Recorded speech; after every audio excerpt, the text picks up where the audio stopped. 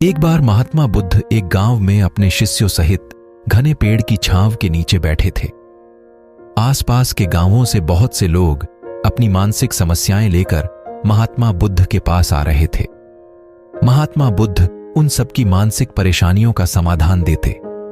सब लोग खुशी खुशी अपनी समस्याओं का समाधान पाकर वहां से लौट रहे थे।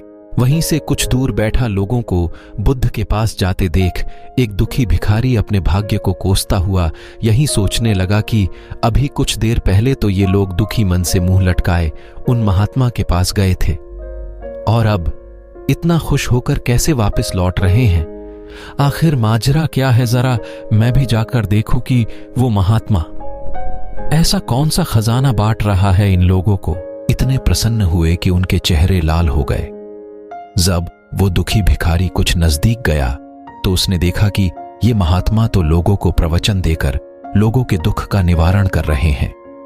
यह देखकर भिखारी के मन में भी तीव्र इच्छा हुई कि क्यों ना मैं भी इन महात्मा को अपना दुख बताऊं, मुझे भी अपने दुख का समाधान अवश्य मिलेगा। बस फिर क्या था। समाधान पाने की लालसा लिए भिखारी महात्मा बुद्ध के सामने पहुंचा और हाथ जोड़कर प्रणाम करते हुए बोला, हे महात्मा बुद्ध, मैं भी लोगों की मदद करना चाहता हूं। मुझे लोगों की मदद करने की बहुत इच्छा है, लेकिन मैं कैसे मदद कर सकता हूं। मैं बहुत गरीब हूं। मेरे पास न तो पैसे हैं और न ही कोई ऐसी चीज जिससे मैं किसी की मदद कर सकूं। मैं कोशिश करने पर भी किसी की मदद नहीं कर सकता। मुझे भगवान ने इतना गरीब क्यों बनाया। हे महात्मा, मुझ पर कुछ कृपा करो। इतना बोलते हुए भिखारी रोने लगा। महात्मा बुद्ध बोले, आप बहुत अज्ञानी हैं, क्योंकि आप अभी तक इस भ्रम में जी रहे हो कि तुम्हारे पास कुछ नहीं, जबकि दूसरों को कुछ देने के लिए तुम्हारे पास बहुत कुछ है। तुम बिना धन और वस्तु के भी दूसरों की मदद कर सकते हो। तुम्हारे पास जुबान है जिससे तुम मीठे शब्द बोलकर किसी के दुखी चेहरे पर मुस्कान ला सकते हो। इन्हीं शब्दों की ताकत से तुम किसी के भी टूटते हौसलों को फिर से मजबूत कर सकते हो। इन शब्दों की शक्ति से आप किसी के भी मन में सकारात्मक विचारधारा के बीज बो सकते हैं और उसे गलत रास्ते पर जाने से रोक सकते हैं।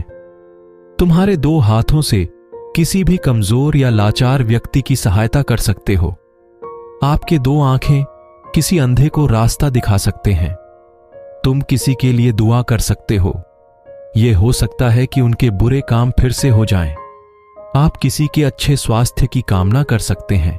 लेकिन अज्ञानतावश तुम अब तक इस बात को समझ नहीं पाए और इस भ्रम में अब तक जीते रहे कि तुम्हारे पास मदद करने के लिए कुछ नहीं।